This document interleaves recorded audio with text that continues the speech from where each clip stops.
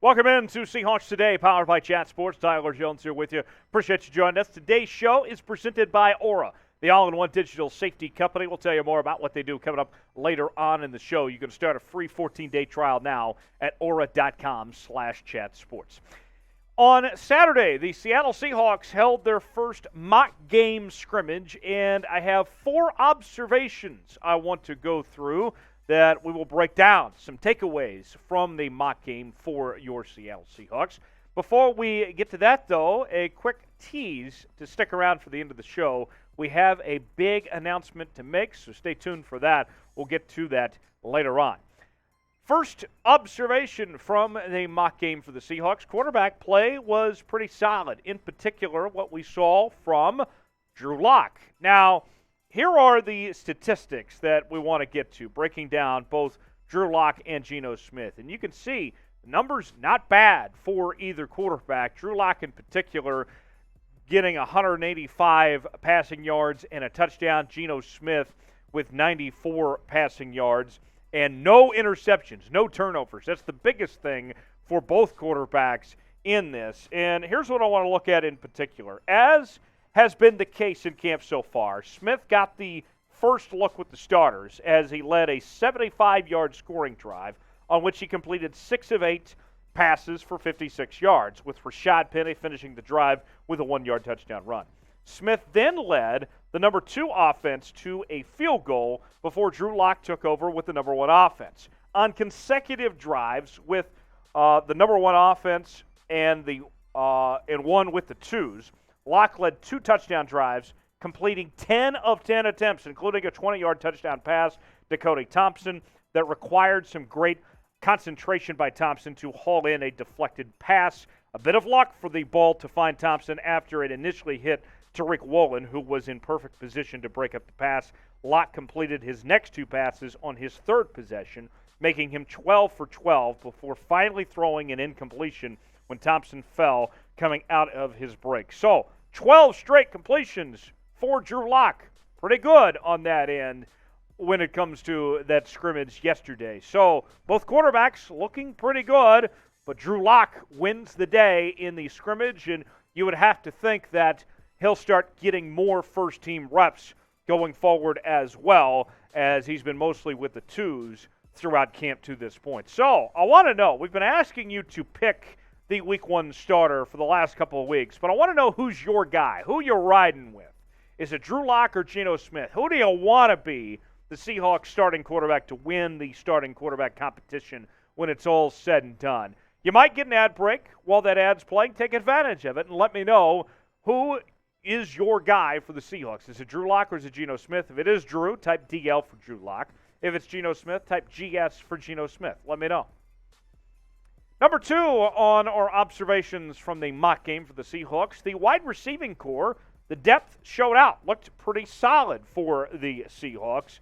And the numbers, here's what they looked like. As you can see, DK Metcalf, no surprise, leading all receivers with 4 catches for 63 yards.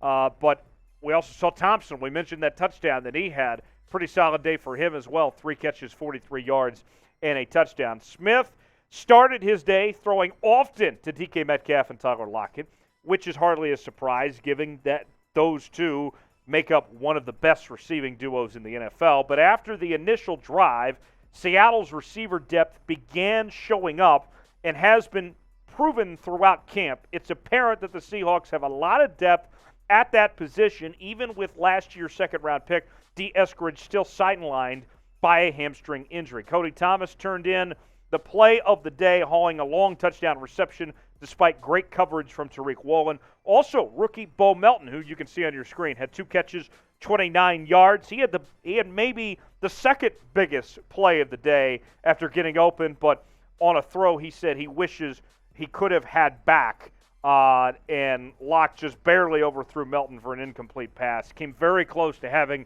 that big play, but not quite nonetheless. But a good day from the receiving core of the Seattle Seahawks. So with that, the depth for the Seahawks, we know that Tyler Lockett and DK Metcalf are going to be really good.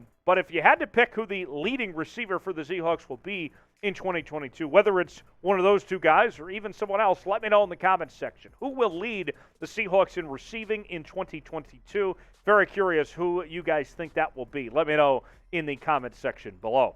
Today's show is presented by Aura, the all-in-one digital safety company. And I got to tell you, Aura, they are going to keep your family's online activity safe from hackers. You can shop, bank, work online more safely and privately, and you can keep your identity secure with extensive monitoring of your personal info. Get near real-time alerts on suspicious credit inquiries. And what we're going to offer for viewers of Seahawks Today is a free 14-day trial now at aura.com/chatsports. See if you like it. You can have up to 5 people on one account. So not only are you going to protect yourself, but you're going to protect your loved ones as well. 14-day free trial now at aura.com/chatsports, the all-in-one digital safety company for the whole family. Couple more notes for you. Let's look at the running back position now. Kenneth Walker III showed off some versatility for the Seahawks in the mock game, and his numbers included 5 carries for 16 yards on the ground and 1 rushing touchdown. He also had a 40-yard kick return as well. So could we see Kenneth Walker not only as a running back but also in the return game potentially?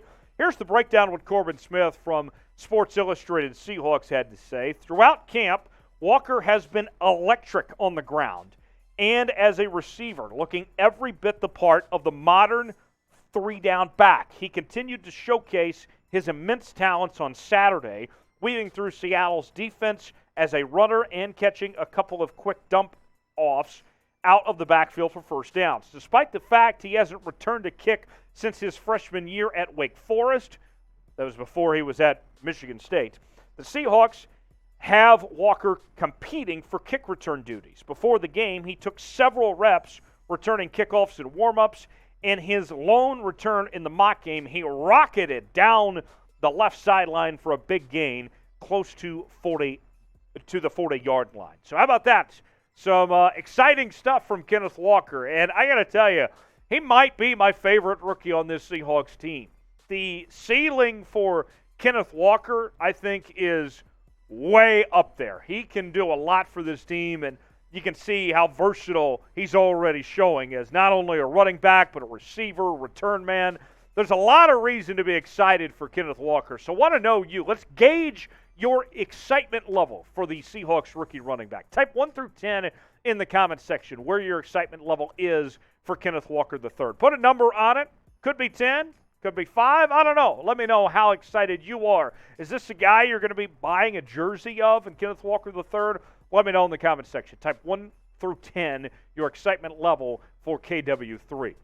We're going to be covering the Seahawks like no one else will here on Seahawks Today with nonstop coverage for free here on YouTube. You can subscribe now at youtube.com/SeahawksTV and turn on notifications so you never miss a moment, including this Wednesday, the debut episode of Seahawks Live. We will be taking your questions and reacting in real time here on the channel. We'll do this each and every week, every Wednesday night, starting at 6 p.m. Eastern, 3 p.m. Pacific. We encourage you to chime in and get loud and get vocal. Tell me all of your hottest takes about the Seahawks. We'll react to them and have a good time doing it each and every week beginning this Wednesday here on Seahawks Today. It's Seahawks Live. Subscribe now. Turn on those notifications so you be here on time for Seahawks Live coming up this Wednesday night. Don't miss it. youtube.com/SeahawksTV.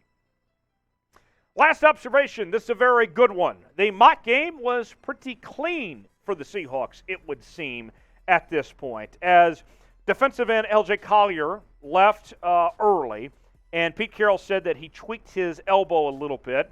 But otherwise, Pete Carroll said there were no new injuries to report. So considering live contact and everything, I think you'll take that. The Seahawks were without a handful of players who were recovering from injuries, including corner Sidney Jones with a concussion, linebacker Jordan Brooks with a hamstring, and, as mentioned earlier, wide receiver D. Eskridge with that hamstring injury. But for the most part, the mock game went about as well as it could have on the injury front realistically. Now you may be asking, what's on tap? What's ahead for the Seahawks this week? Sunday through Thursday, we'll see the Seahawks on the practice field with a day off on Monday and a day off Friday before the first preseason game for the Seahawks will take place on Saturday. That will get started at 7 o'clock Eastern Time, 4 p.m. Pacific, when they take on the Pittsburgh Steelers. Now, before we go, we promised you at the top of the show that we would have a big announcement. No, I am not pregnant. I just enjoy eating tacos from time to time. Our big announcement is that for that Steelers game, we will be having the first ever live watch party of 2022 here on Seahawks Today. We'll be reacting to the game in real time and giving my thoughts and analysis and engaging with you guys. And I guarantee we are going to have a great time. It's going to be very entertaining. Have your drinks ready. It's going to be fun, folks. We'll get started about 15 minutes before kickoff at 6:45 Eastern, 3:45 Pacific with a little pregame show, and then stick around afterwards as we'll have postgame reaction as well to the Seahawks' first preseason game of 2022. Our Seahawks live watch party begins 6:45 Eastern, 3:45 Pacific on youtube.com/Seahawks TV. So I want to make sure that you're there. Be there or be square. If you're going to join us for the watch party, go ahead and type real one in the comments section, because we know if you're going to be here, you're a real one. So show yourselves out. I expect to see all of your bright and shiny faces there with us on Saturday night. Should be a great time. Type real one in the comments if you're going to join us, and we'll see you on Saturday night here on Seahawks Today.